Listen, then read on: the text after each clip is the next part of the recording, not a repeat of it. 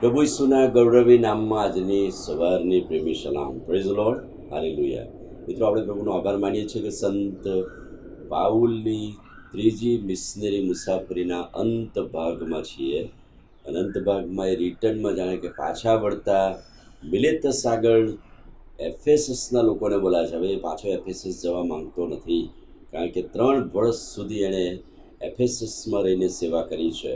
પણ એફેસસની મંડળીને પત્ર લખ્યા અથવા તો એફેસસની મંડળીને કંઈક કે એ પહેલાં કેટલાક વડીલોને એણે બોલાવ્યા કે જેથી કરીને મંડળી પ્રભુ વૃદ્ધિ પામે, મંડળીમાં જે પ્રશ્નો છે એ સોલ્વ થાય અને મંડળીમાં સંત પાઉલે કરેલી સેવાઓ નિષ્ફળ ના જાય. એટલા માટે એણે નિમેલા વડીલો કે આગેવાનોને એણે બોલાયા અને મિલેતસ આગળ જાણે કે સંદેશો મોકલ્યો અને એ લોકો ત્યાં એફેસસના મંડળીના વડીલો તેની પાસે આવ્યા. અને આપણે જોયું કે ગયા વખતે એણે સંદેશ આપ્યો, ઉપદેશ આપ્યો, શિક્ષણ આપ્યું વડીલોને. અને એ શિક્ષણનો પહેલો ભાગ એ હતો કે એ પોતે કેવી રીતે એફેસસમાં રહ્યો, એણે પોતાનો નમૂનો કેવી રીતે એફેસસની મંડળીને આપ્યો કે હું કોઈને બોજરૂપ બન્યો નથી, હું કોઈને ભારરૂપ બન્યો નથી, પણ મેં પ્રથમ દિવસથી પગ મૂક્યો ત્યારથી 3 વર્ષ સુધી મેં જે આત્માના બંધનમાં જે કામ કર્યું છે એ તમે બધા જાણો છો અને સાક્ષીરૂપ છો. અને બંધનો અને સંકટો, મુશ્કેલીઓ, સતાવણીઓ હતી તોય 3 વર્ષ મેં કાઢ્યા. હવે આ વડીલો માટેનો જે સંદેશ છે એ આજે સવારે છે. એણે પોતાનો નમૂનો આપ્યો, પોતાની વાત કરી. હવે એ આ વડીલોને પોતાનો નમૂનો આપીને વડીલોને જે શિક્ષણ આપે છે એ જણાવતા 28મા પ્રેરિતોના કૃત્યો 20મો અધ્યાય 28મા વચનથી અંત ભાગ સુધી. અને અંત ભાગ સુધીમાં એણે 3-4 વાતો કહી. પહેલી વાત કે તમને નીમવામાં આવેલા ટોળા ઉપર, એટલે કે તમને જે જવાબદારી વડીલો તરીકે સોંપી છે, ત્યારે કહે છે કે પોતાના સંબંધી જે ટોળા પર પવિત્ર આત્માએ તમને અધ્યક્ષ નીમ્યા છે તેના સંબંધી સાવધાન રહો. ચેતવણી આપી કે તમે જ્યારે આ સેવા કરો છો ત્યારે પોતાની જાત વિશે સાવધ રહો.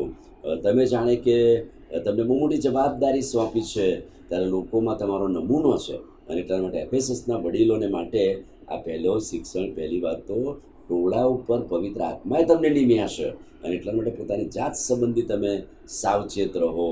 અને બીજી વાત, જે માણસ પોતાની જાત વિશે સાવચેત રહે છે એ પોતાની જવાબદારી વિશે સાવચેત રહે છે. અને એટલે સંત પાઉલ એમ કહે છે કે તમને સોંપવામાં આવેલું જે ટોળું છે, જવાબદારી છે, એના વિશે તમે સાવધ રહો.